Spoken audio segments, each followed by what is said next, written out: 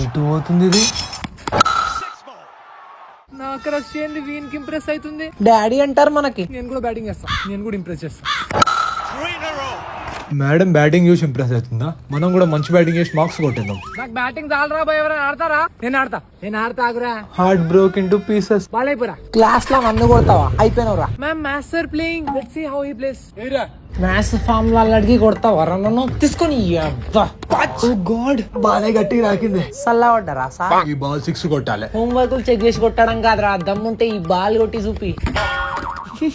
ఇజ్జత్ మొత్తం అయింది టీచర్ ముందు. ఇయ్యాలా సార్? ఏరా కొట్రా.